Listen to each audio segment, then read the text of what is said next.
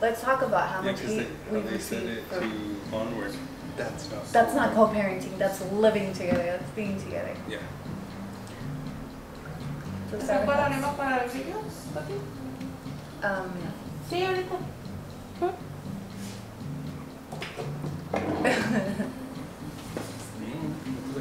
You know what I think we were talking about last night that I thought was good perspective is that you kind of have the same image. Like you were a hater too when you were in the States and I was down here. Based off. It's not that I was a hater when people brought it up, but like, because I never looked into it, I guess you could say. You know what I mean? Like I never took the time to look into it and be like, oh yeah, she is giving money. You know, like people would just tell me, oh, people are sending her money because she says she's. You would make comments too, like when you and I would talk, and you would be like, oh yeah, I'm sure it's all legit, blah, blah. Or like, I saw a couple people would screenshot me like when I first went viral, and they were like all over your Facebook, talking shit, and you were like, oh yeah, she's a genius. Posted a sob story, now people are sending her money. And you were like low-key mad about it too. Maybe not mad, but you had like a snide, like side remarks about it. We have two different point of views. Yeah, and I think we've seen that. Like, you're saying I got you deported.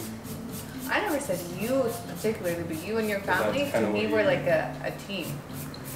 Yeah, and so now you coming like a few years later, well, I didn't know what they were doing, but you also weren't like a participant in the contrary, you know what I mean? Yeah. You were kind of guilty by association. But I think like fast forward to now, I think some people are still mad about what happened between us or what didn't happen between us, that we're not even mad about it anymore. Yeah. You know what I mean? Like this entire bullshit in the last like 6 weeks now has been the narrative to anger people about our story because we're now in the same area code or talking or co-parenting or fucking or whatever it is that we're doing, you know what I mean? I think that's been interesting to me. How many people were upset that we were co-parenting? Because everybody built their own feelings about it, right? Which, I guess it's like a character in a movie. Yeah, I just feel like... Like you root for one and then you don't want to root for the other, or like... And you were like the bad guy in my story. And on the contrary, everybody on my side, you're the bad one in the story. But nobody ever really heard from your guys' side, because my platform was always just my side. You know what I mean? Yeah. And I mean, I totally understand that. I never cared to go on there and like say otherwise. Like I never cared to go on there and share my side, do this, do that, because I feel like there's no need to make anybody else take sides. You know what I mean? Right. Why do you think other people feel the need to do so right now? Like all of a sudden, 5 years later, your family has never said much. Michelle has never said much. I've made multiple videos about my narrative of the story, including Michelle, including you, including Sabrina. And now, like, your victim part of the story has been being pushed on the audience. What I've noticed, which I'm not saying you weren't a victim. I've said it, like I was shitty too. I did shitty things too, you know. But my point of view, like my point of the story is always going to focus on my point of the story. You know, I'm not going to be over here telling people for you. And honestly, in my opinion, I've always felt it. If it was just between you and I feel like you deserve everything I did to you. You know, but it affected other people, and that's what makes me kind of stop. Even from the beginning, made me kind of stop and feel like I did too much, or this is going too far. You know what I mean?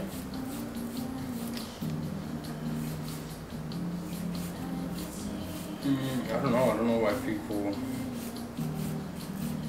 Nobody wants to see us co-parents, much less together. Well, I guess that's false. Not nobody. I think it's easier to focus on the negative that we've been receiving lately because it's been so much of it. Because we also do have a lot of support. Like, there's a ton of people that are, and a lot of them strangers. I have friends, I have family that are... I think the strangers are the ones that go... Are the loudest. Yeah, I mean, the ones that support a lot more than close. Yeah, there's definitely more positive than negative. But let's begin with the big elephant in the room. No pun intended. It's actually your fault. Like, your sense of humor was taken out of context. And now you have this like narrative that I don't shower thanks to you. So when we were going to head out, we had a live, and you're bullshitting about. Well, yeah, Can you please explain, like, clear my name from this shit? This is all new to me. Okay, I don't make videos about nothing unless I'm drinking a beer. Got a beer in my hand, and it's like, hold my beer, I'm gonna do something. That's the type of videos I be shooting, you know, just to bullshit with the boys. So when you were on live, I thought it would be funny as fuck to walk in and say you didn't shower, just because it puts you in like a weird. Yeah, you made it weird. Like But don't be weird, spot. but you made it weird. Like an awkward spot. So I thought it was funny to say that, and then homegirl just Ran with it. Well, not did literally. what she's good at doing and manipulating everything. And she manipulated that. But that's what started everything. And so honestly, this last 6 weeks has been, a part of me has been like, fuck, none of this ever happened to me when Walter wasn't here. Like everything was going fine, and then Walter gets here, and it's just like drama left and right from Michelle, from, you know, fucking everybody. From everybody, just from you arriving. And I think it's weird because it's like, it might follow me. You know, I used to wonder if I was the problem. Now I clearly see you are the problem. But I wasn't even trying to be the problem. All I said, what I say, she started going after me, so I just made a funny ass video, just talking some shit. Like she said, I think we all have different ways of like coping with that type of shit, and because you're just no filter, you didn't think it's through.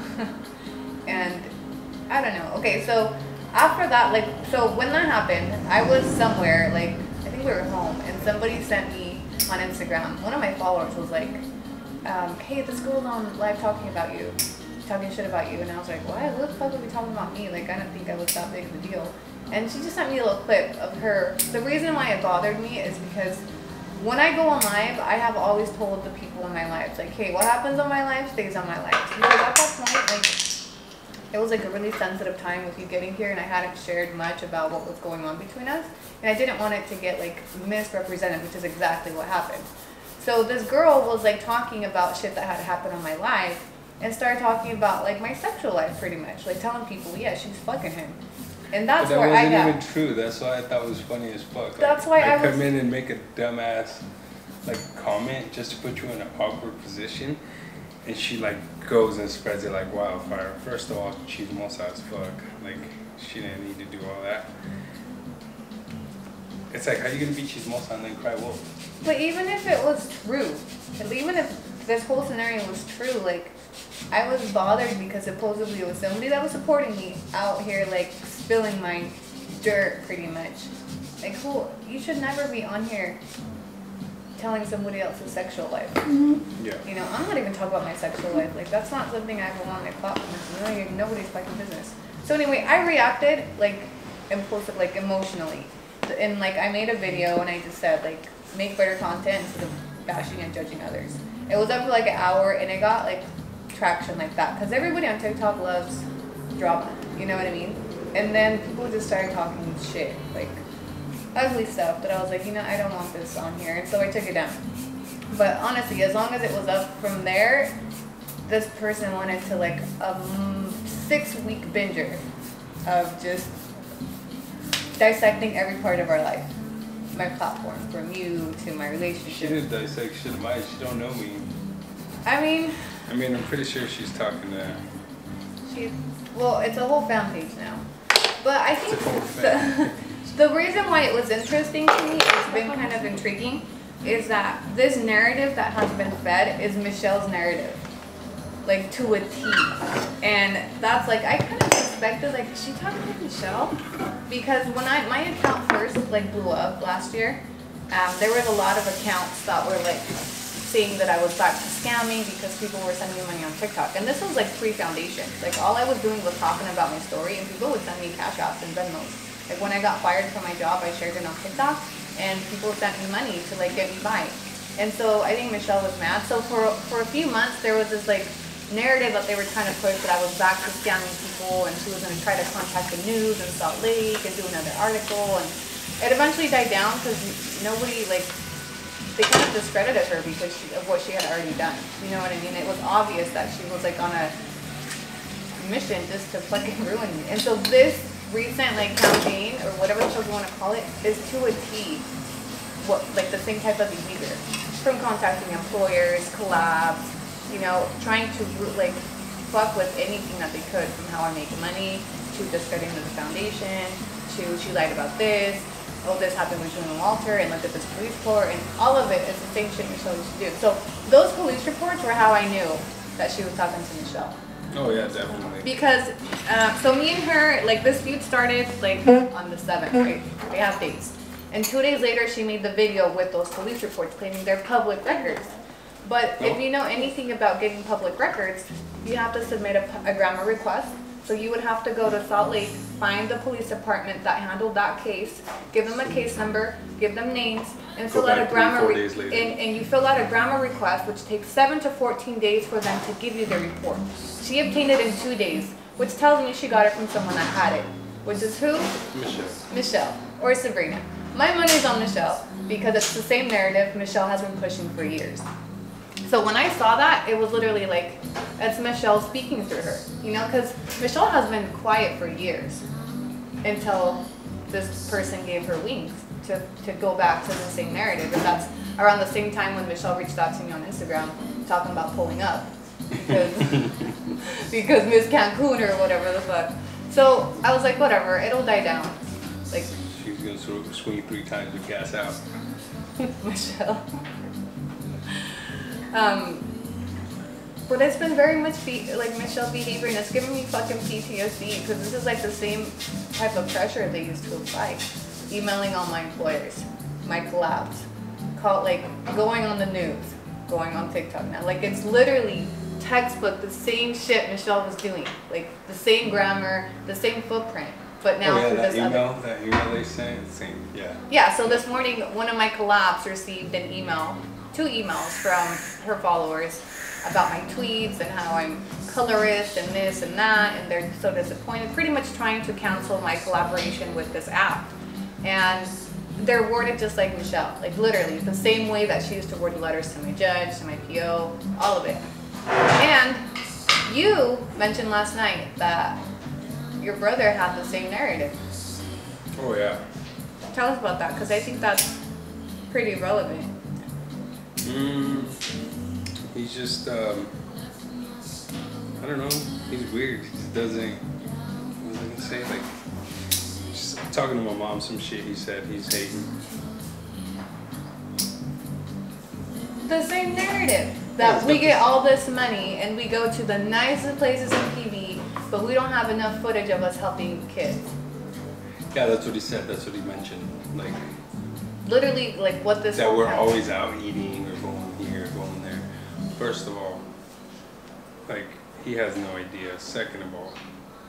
But we talked about this last night, that people in the States, right? Yeah, they expect you to be here and not have shit. They expect you to struggle, yeah. And so, because our life, well, my life has been the same for 4 years. I started GRC in September of last year. The raffle started in November, like actually being successful. And so from November to March, you know, I don't know what type of volume they expect, but I'm like, it's still growing. Like I'm still learning as I go with this, all this foundation, all these projects. But I've lived the same level of lifestyle, even pre-foundation. And I think like you used to hate on it too, low key. Like when I would travel to Colombia, like nobody expected that to be my life. You know what I mean? Yeah, but I didn't really hate on it. Like people would send me shit. I'm not nosy, so I never went through none of it. Like I told you last night. But it's like people be like, oh, she's doing this. She's getting. Well, she found a way to make money. Like, the fuck you want me to do? You know? If she's getting money, good for her. I don't care how she's doing it. It's not my business. But honestly, I think you guys all expected me to struggle out here. It's like, it is. It's a thing. You know, when I was out there, I kind of expected you to struggle, or kind of like, it's different. You know? You didn't expect us to have the type of lifestyle that we have, and you've kind of seen it now that you're here. Yeah. That it's very much like, and I'm not gonna say that it's what happens to everybody, but the common narrative is that people get deported, and there's a lot of struggle here in Mexico. Yeah. But I found a way, and it wasn't through the foundation, because the foundation is only since September of last year old.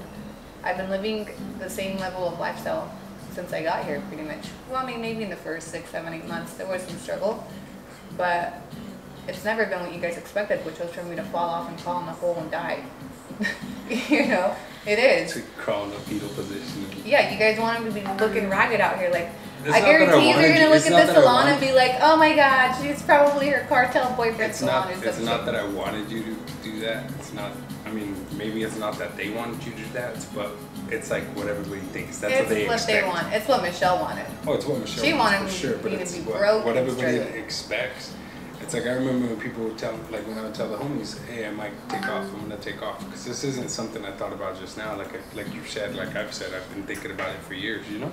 Yeah. Like when I would tell the homies and be like, "No, you can't go over there on my man." It's like, "Cómo te vas a ir para allá?" Like, no, It's like hard, a fear. It's tough. It's yeah, a fear. Like, everybody expects you to show up here, not have nothing to do, not be able to work because you ain't from here. Like it's like we're all Mexican, you know.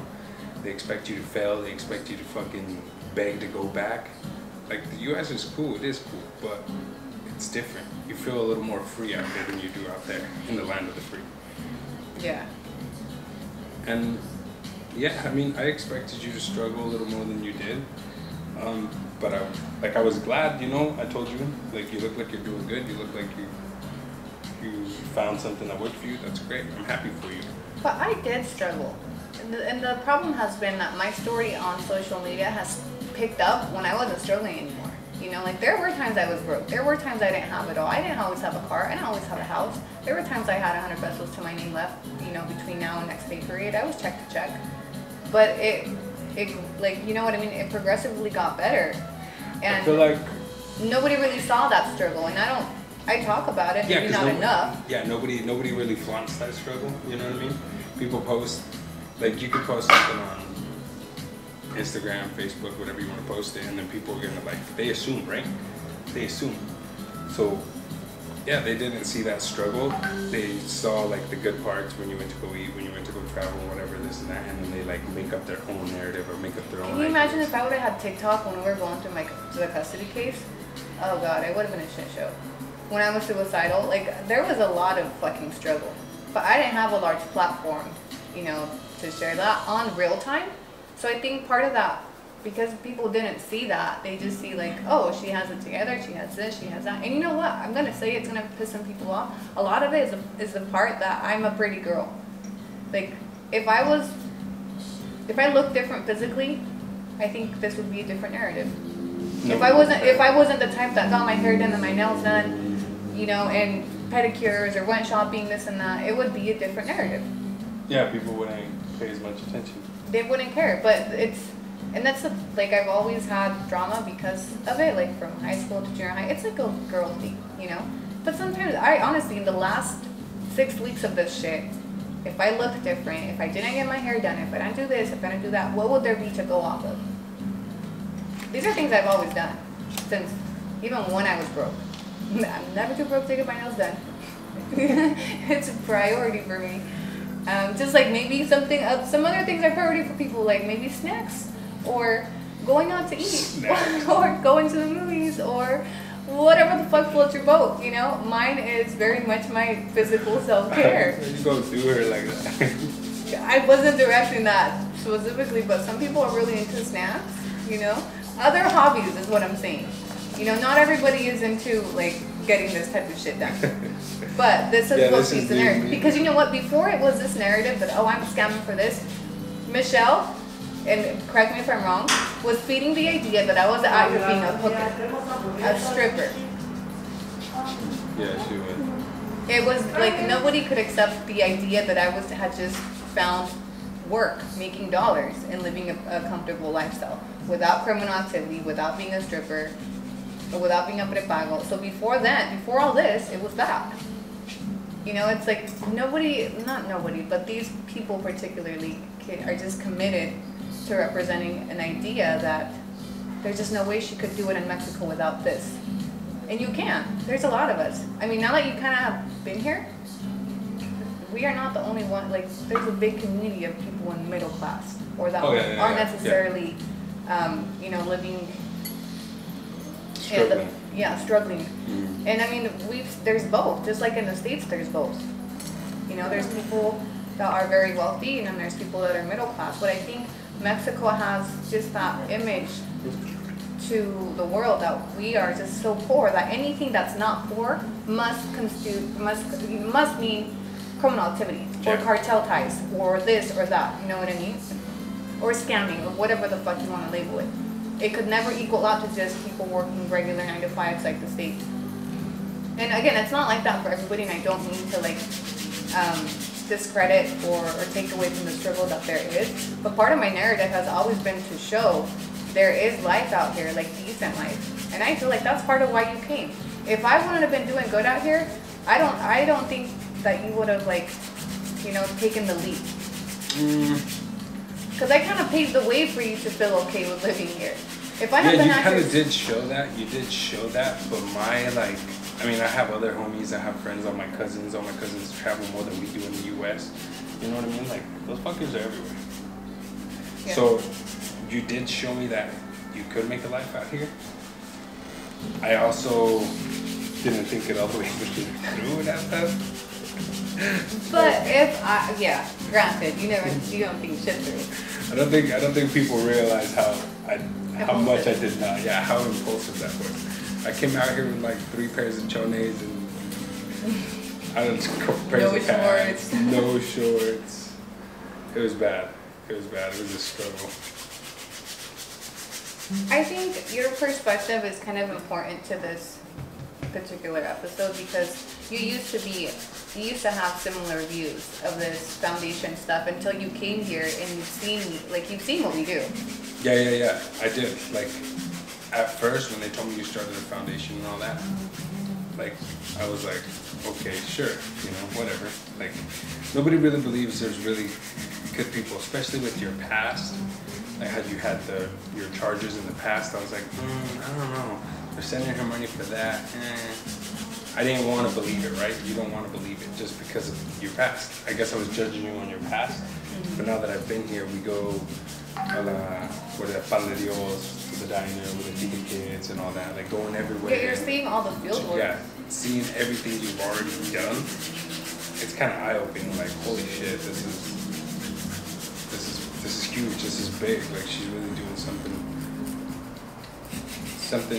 like huge, you know what I mean? And nobody, I guess everybody else, like, they judge based off how you live your life. Like, they don't know you're making money from the collabs. They don't know you're making money from your work, your... Or the amount. And I get that to an extent. There was no question of amounts until this feud started a month ago because everybody just trusted despite my past. And so this is a personal feud that's turned into dismantling everything I have built. And honestly, what's made me sad is that they targeted the foundation because the foundation is what's helping people here.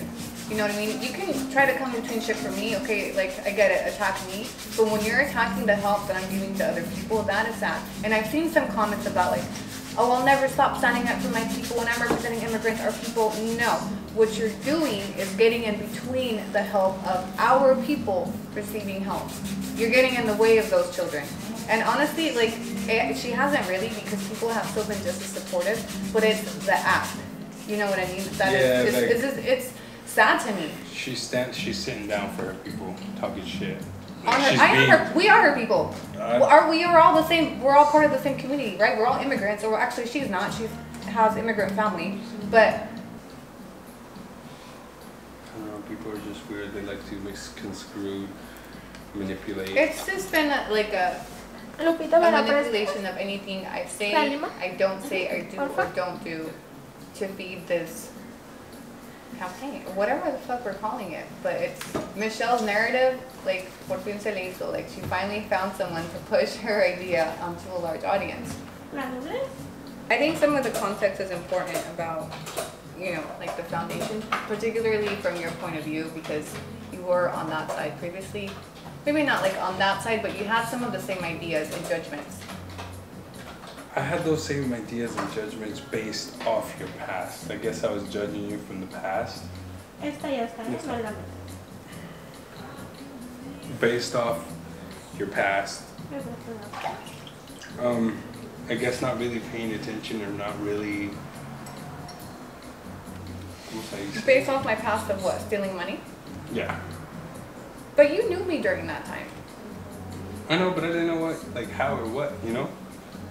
But Like, have remember you you were saying, me, babe, I made this much, and I'm But like, I don't would want you it. really like this, particularly because you were with me and knew me at that time? Do you really see me as somebody that would come to Mexico, do that shit all over again, and like take advantage of children here?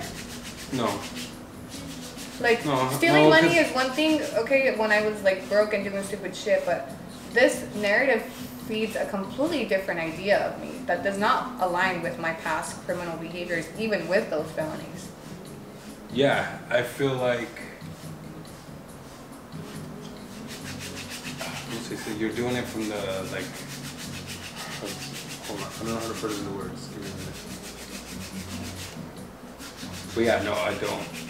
Knowing you as a person, I don't.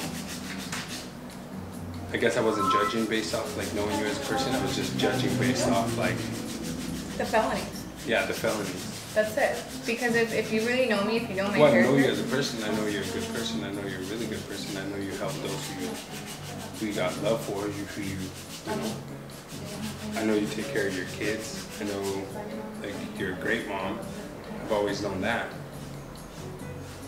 I guess I was just kind of judging, hating, based off like what people would show me. Like, oh, she's out there doing this. Oh, she's out there traveling. because I was she's living out my there best this." life Yeah, because you're living a good life. at the same time of doing this stuff. And it's easy to fall into that category, like to start hating on someone when you're working. Cause like fuck, I was busting my ass off day in day out, busting, barely making ends meet, and I was kind of judging you with anger based off the fact that I was still paying an attorney every month, and you were out here living your best life. Yeah. So it's kind of like I think it does come from people in similar scenarios that are working. Because in the States, you work just to survive, and you don't have much time just to live. Like, you know, people have made judgments based off of us going, or even me just going to the beach. The beach is free, you know, or And it's going so to a close, restaurant. too. Let's talk about how cheap food is here, even at the nice restaurants. Completely. yeah, what do we spend like $55-$60 at that restaurant? At the really nice one? At the really nice one, yeah. Which, and again, there's different levels of, there's different classes here, right? So for me, it's affordable, and I understand it's not affordable for everybody that lives here. But in my particular situation, I can afford to do that. I've been affording so for 4 years, independent of GRC, independent of my platform. My platform is not even a year old. So if you've known me since then, like there's never been a time where I wasn't at the beach or going, you know, de aquí para allá to Colombia or in Mexico or Cancun or Querétaro. Like I was always back and forth because it's affordable. Traveling here is affordable compared to the States. Yeah. I've always worked virtually, so I've always had the freedom to move around. And honestly, I And think I don't I think have a they see life. that. I don't think they see that because you worked from what? You were getting up early in the morning. Even when we went on vacation, I was fucking working. Working 7 to 9, 9:30, 10. Get your hours in, get your money, and then There was days I was waking up at 5 just so I could work before everybody with the kids was up, right? yeah, and nobody sees that, so they tend to hate. I don't know. It's a thing. Like I told you, I got friends that are over there, you know, making stupid ass comments. Yeah. Like, yeah, people do expect you to come to Mexico and fail, come to Mexico and struggle. It's a thing. The idea that somebody in my position with my background would have a better quality of life than some of these people busting their asses off in the States is angering to some, and I understand that. But it is what it is. You know, I dealt with the cards that were dealt to me, and there was different directions I could have taken when I got here, but I chose to make a good fucking life. And I think a lot of people just didn't want to, we're not expecting that plot twist. You know what I mean? And I think something that the attorney told me this morning is that he's like, this is not going to be the first one. This is not going to be the first account that's made for this. You know, this is not going to be the first fan or whatever to make these comments and to attack you, because have you seen celebrities? Have you seen? I was like, yeah, I guess you're right, but I just didn't feel like I was at that level yet. I wasn't ready. I wasn't ready. Up until this point, it's been mostly support, you know? And so some of the stuff has honestly, like, clouded my mind. Like, there is a point where I was like, fuck it, I'm going to finish GRC projects and then I'm done. You know, like, this isn't worth it, because regardless of GRC, I'm going to I still like have my stuff, you know, I have my level of living. That's not going to change with or without GRC. And I think some of my frustration comes from, I put a lot of work, a lot of hours, field work into this. Like you've seen, going to the shoot, like to get the shoes, to buy them, to get connected, to go to the fucking club, load them in the truck. like there's so much labor to fucking walk across the bridge. Like there's just so much shit that I can't capture all of it because I'm doing, and I can't have a phone. You know, this is not a reality show. I don't have somebody following me around the camera 24/7. Yeah, I don't think they know like to transfer 250 pairs of shoes in a small vehicle going back and forth. Yeah. Like they don't. And like the private, let's talk about privacy, because as charitable acts, not everybody wants a camera in their face. Yeah. Okay, like when you do something for good, not just for clout, you just do it, even if you don't catch it on camera, even if you don't have the content to post later. You know what I mean? For example, one of our, so I did 2 separate Santas this year with GRC, where we did Christmas for 2 families, and one of the families I didn't get any content, like any videos of them. For privacy, like I wasn't gonna go in there, hey, I need to come over Christmas morning to see you guys opening the gifts. You know what I mean? Like that's fucked up. And the same thing goes with like understanding how these projects work, the amount of time and preparation and scheduling and working around schedules, that I don't do this full time. You know, I have 5 kids. You see like the teaching, the school, the fucking VA jobs, the console, they gotta go to Starbucks, they gotta do live, they gotta do fundraising, now we gotta set up this and that. Like it takes time. And I feel like the pressure, and where my frustration comes from is that nobody gives any fucking compassion, because I don't have to do that. I had like my life was fine before all this stuff. I didn't need to, but I chose to, and because I chose to. Yesterday when we were getting the brunt of it. I'm getting the brunt of it. Yesterday when we were getting the shoes and I saw the amount, like physically, I was kind of like, damn, this is a lot of shoes. I got a little emotional because I felt like, how is it possible that I've received so much hate for something so good? You know what I mean? Like, it made me kind of second guess, like, fuck that. Like, I'm not gonna let this, like, stop me from everything that I'm doing, but it's definitely, like, a lot on one person, mentally, emotionally, financially, to split myself between my kids, our co-parenting stuff, like, what we're going through, you know, working through trauma and shit. Yeah. And then on top of it, taking on all these projects for just for kids, for other kids who need help, or families, you know what I mean? Because it's daunting, like, I don't know, it's sad. And for it to come from another immigrant, or, you know, someone vouching for our people. What was it that you said yesterday? The quote? If you're on meal, paisa, sopa paisa. Yeah. That's true though. And it feels like shit. Because I already feel like it's hard to like fit in here, you know, with our people, or whatever you want to label them, because I don't, culturally it's hard, the language is hard, you know, like we don't fit. Yeah. But I feel like these projects help us like get into the community, like the kids, they go into the club with Victor. Yeah, because the adults seem to judge a little more than the kids. The kids are like really thankful, like Yeah. they But appreciate even like it. we're making friends along the way. Like we made a friend in Victor. We have it like when we go do our Yelapa drop. Like we're making connections everywhere we go. Mm-hmm. You know, and that's important to me because I feel like we don't have a lot of people out here for us. You know. Yeah, our social, well, as long as my social life goes as far as a couple friends from social media, and you, the kids. I mean, I have friends, but you know, they don't really have time to socialize. But I always feel really good when we like, you know, just making friends like with Victor, or having someone we can call, hey Victor, can you come help us grab the shoes? Yeah. You know, can you help us take the shit to Yelapa? And I'm sure if anything serious ever happened, like we could lean on those people. You know. And it's people that got the same idea, Yeah. idea. They have the same like. Yeah. The same vision. The same vision. Yeah. There we go. I couldn't find the words for it. I was like, ah. Yeah. Yeah, the same vision, same idea. Because one thing that's hard to find out here, I feel like, is quality friends. Like, just because of where we live, it's very much party culture. Yeah. There's a lot of passerby, a lot of tourists that just come, want to have a good time, drink, party. And it's really hard to find the friendships of substance that have, you know, goals or like similar visions, or that can contribute to a quality level of life. For example, when your friends flew in, you know, from Salt Lake, and that whole weekend of just drinking and stupid shit, like, and then we got to come back to real life because we live here. Yeah. You know, back to 9 to 5 and all this other shit we're doing, and it's just like it doesn't matter, it doesn't work. Yeah, definitely. I think that's the one drawback of living like in a tourist town.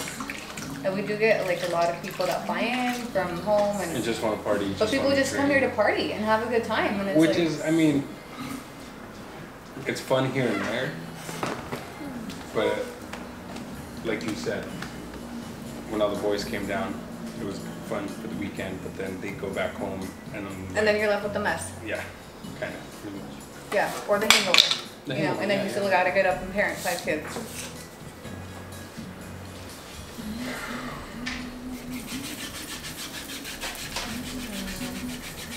See these right here? These moist. These moist. These real nice. Get 2 pedicures and think his feet are hella nice. I was talking shit to my boy today. Bro, these right here are nice, not like your ashy ass feet, baby. Put that on there. They're gonna see it. They're gonna see it. They're gonna know. They're gonna know. I've been intrigued at how many people actually watch these videos. Yeah, me too. Like silently watch these videos.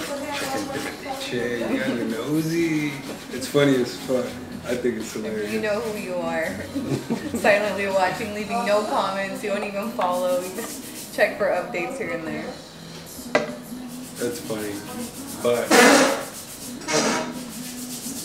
on another note,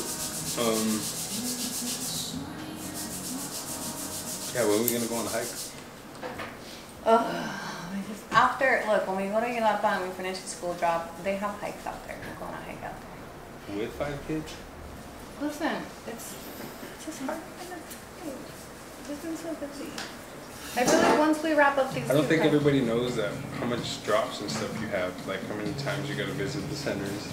I mean, and it's far. It's not close. It's not around the corner. Like you gotta haul a bunch of shit, travel back and forth, travel, and then you go drop shit off, go back, pick up your kids, pick up the kids. Now you like, you know what I mean? Yeah.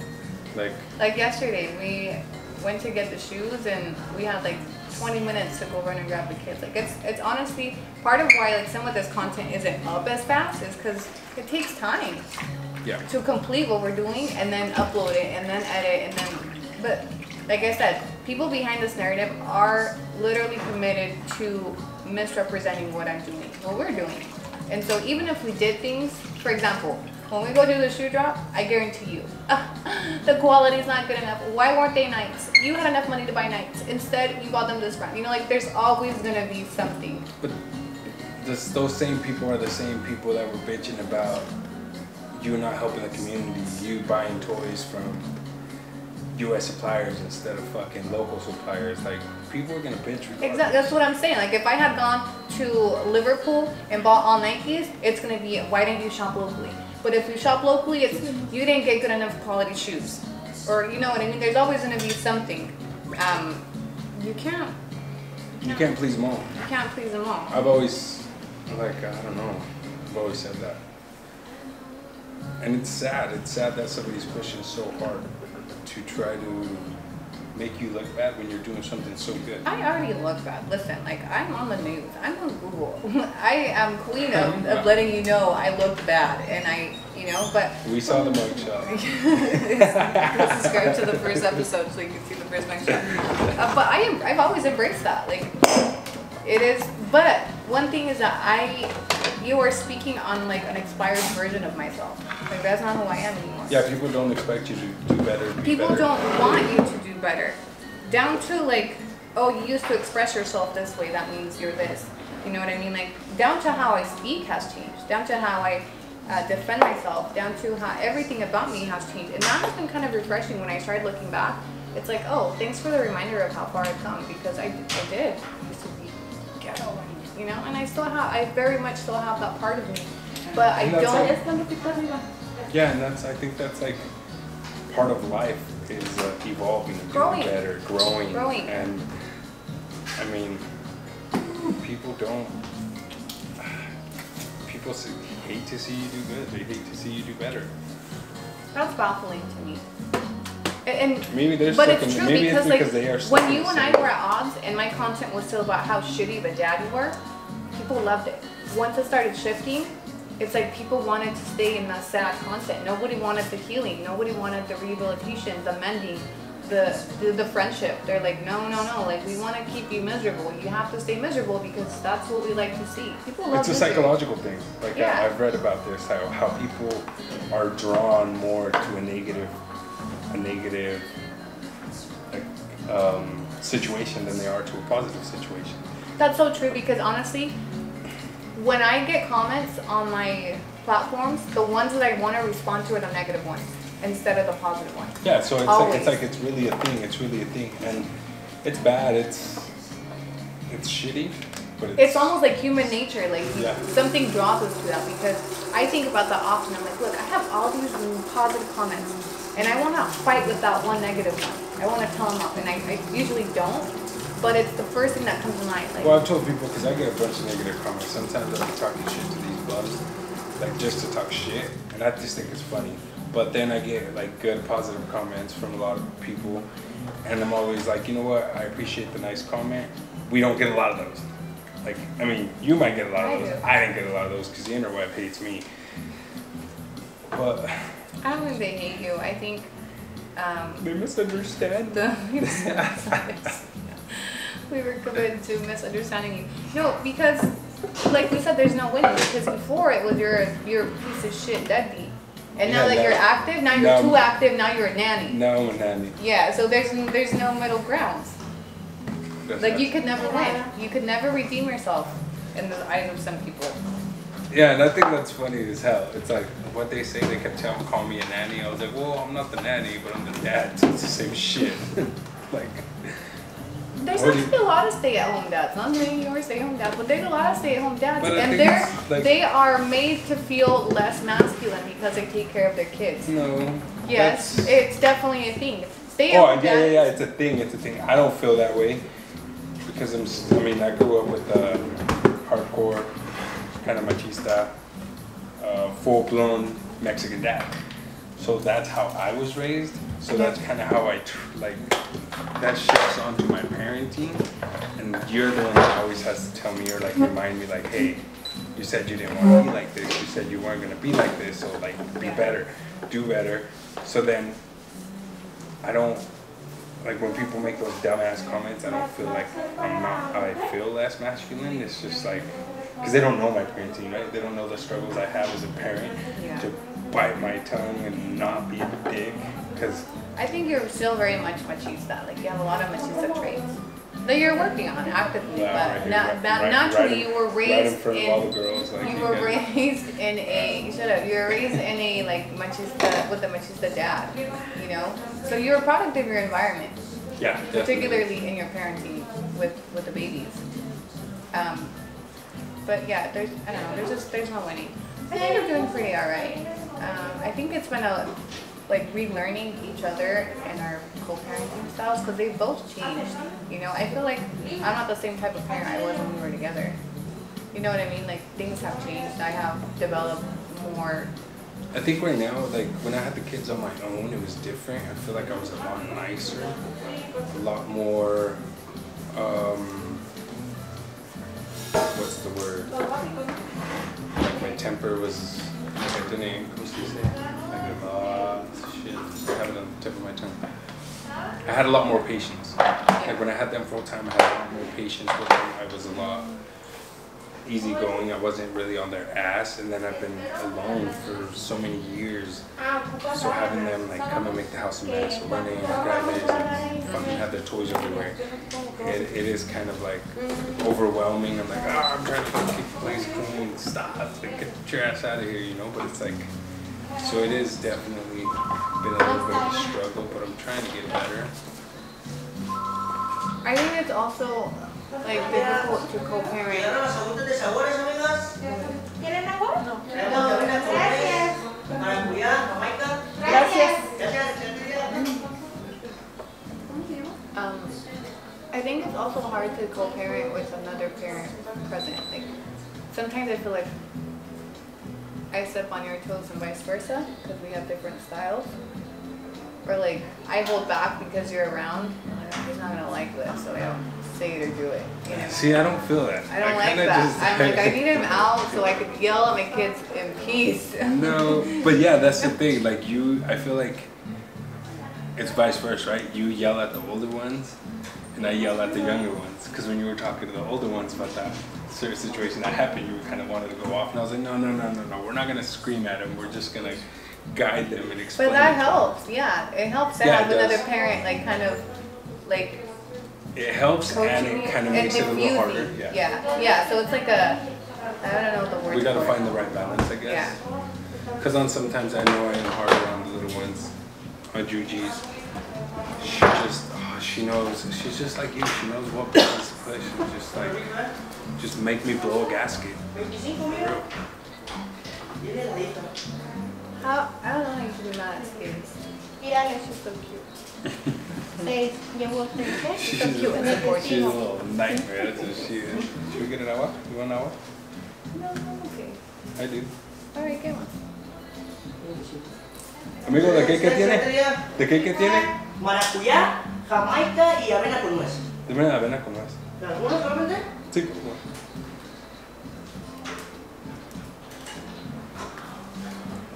Sí, hace mi permitecito.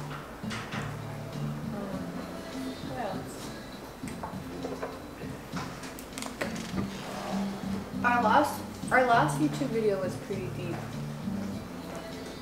People really liked that one. I feel like you were getting.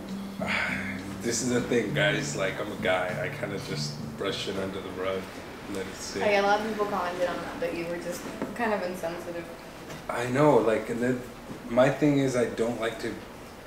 It's not that I don't like to bring up the past and talk about it and be better, but it's like I talk about it, bring it up, but I don't relive the feelings like you do. I do. Yeah. Because I don't really have feelings. I do. I have feelings. Like if you remind me of my BMW, you know, I let you have it for sure. So the same way you feel about your BMW is how I feel when we talk about the kids. But the difference is that the kids are kids. Yours is a car. ¿Cuánto va a ser? 25.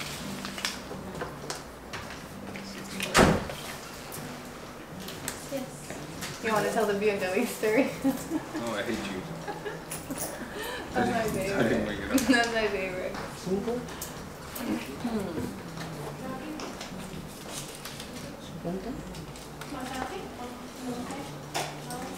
70. Muchas gracias. Gracias. Gracias. What kind did you get? Avena con nuez. I heard him say it. It sounds fine. People have asked like how you're adjusting. It's a struggle. Every day I figure out, like, no, not that I figure out, but every day I realize I left something behind. Well, you left pretty much everything behind besides your 3 pairs of chones. No? It's good stuff. Okay. Okay. Oh my god, they're sharing water bottles. They're fucking. What am I gonna do? Give you the COVID? That's good, huh? I've never had an agua de avena. That's the first. I'm gonna put that on the list. I like the Con nuts in it. frutas, aguas frescas. I like the nuts in Fruit there. coming soon. Fruit bowl's coming soon.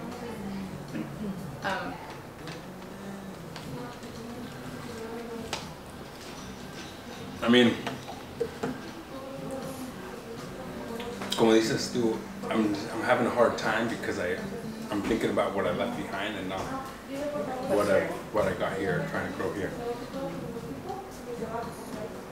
I pretty much got up and left. Like I go out, a couple friends, first birthday dinner, have a couple drinks, meet another couple friends, up to have some drinks, hang out, bullshit, party.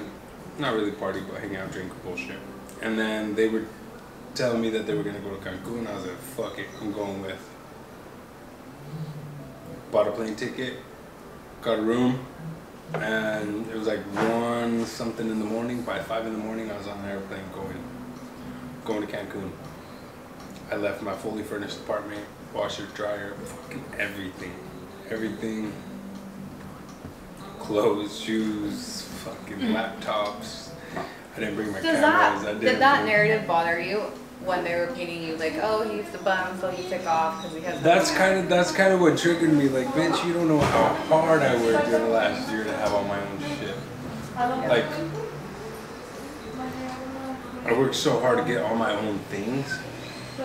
Because in other relationships that I've had, like, it would get something with the girl.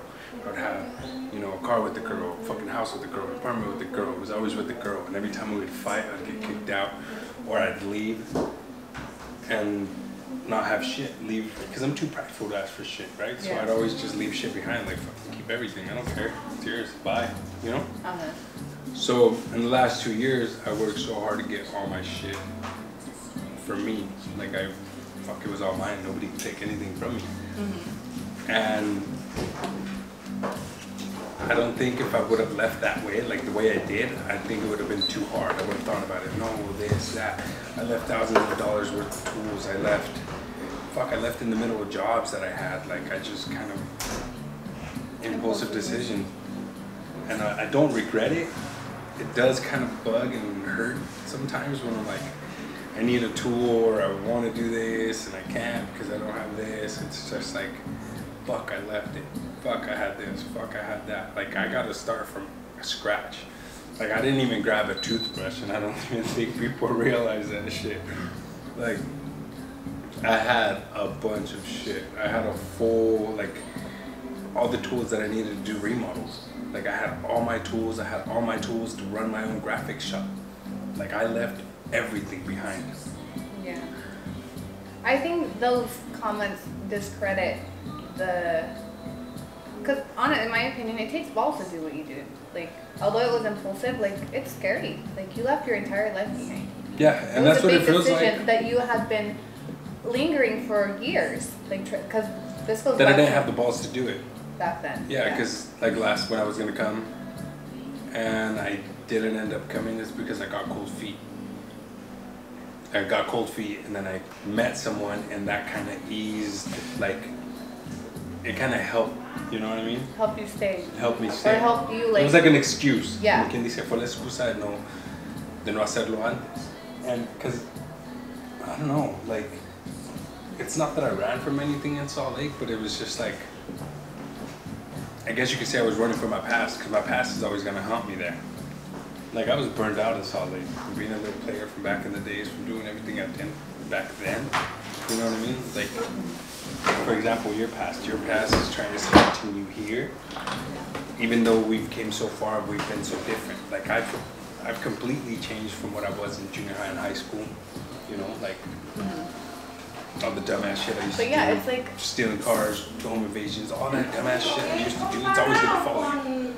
You know? And I've changed so much from then. But people can't accept that. People still see you as what you were. So it was like a fresh start. Yeah, it was a fresh start, and that's kind of something. Honestly, I used to feel the same way. Like, oh, it's a fresh start. Nobody knows me. Nobody knows my feelings. So when the social media stuff started, it was like bringing my past here. When you got here, it was like you were brought Salt Lake with you. Like, you brought the drama with you back into my life. That's how it feels.